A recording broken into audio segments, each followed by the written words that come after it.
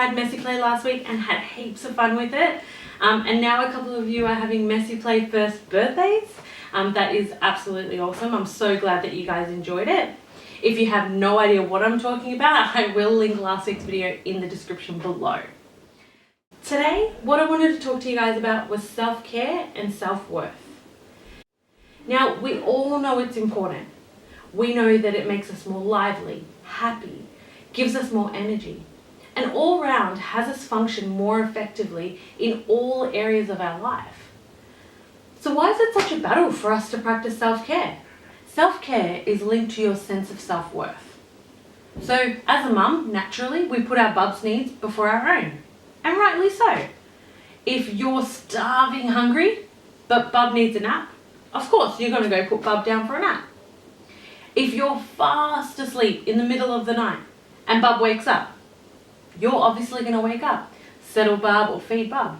And there's thousands of examples like this. But that doesn't mean that you need to disregard your own needs. You're important too. Take this $50 note for example. How much is it worth? $50. Okay.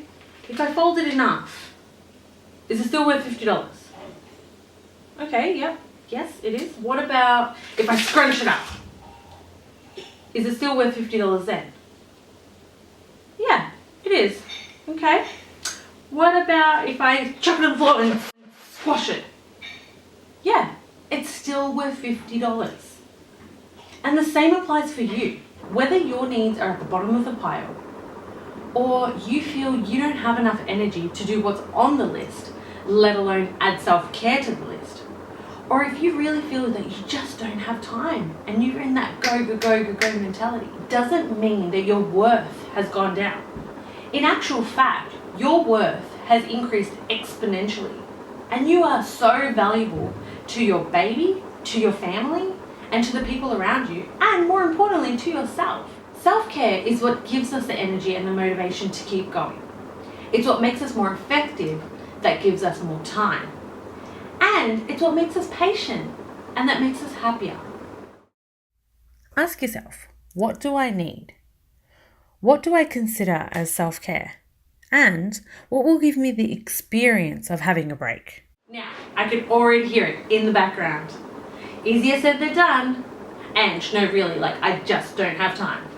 Well, if you've seen my focus video, then you'll know you always find what you're looking for. So today, let's not focus on the reasons why you can't practice self-care, but let's focus on how. How can you incorporate self-care into your daily lives? I go to the beach every Tuesday. It's one of my favorite things to watch the sun twinkle over the ocean. It really relaxes me. But if my mind is racing and overloaded, I take a deep breath in to the count of 4 and a long exhale out to the count of 6.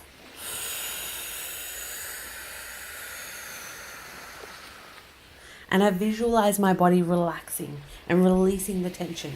And I do this until I feel present.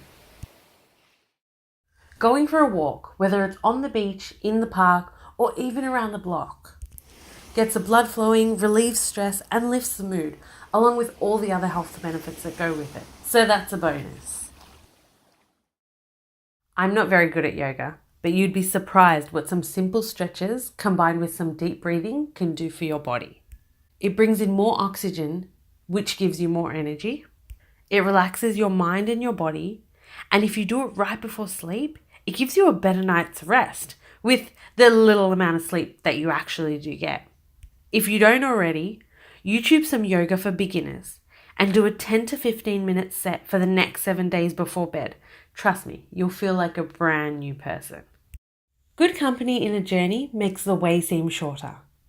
Isaac Walton. Having a good old gas bag is really good for my soul. I'm such a social butterfly, so I love catching up with friends and having quality time with my family. It makes me feel good, energetic, and happy. Okay, so now it's your turn. How can you incorporate self-care into your daily life? Start small, be specific, and carve out that piece of pie for yourself. Because you're important too.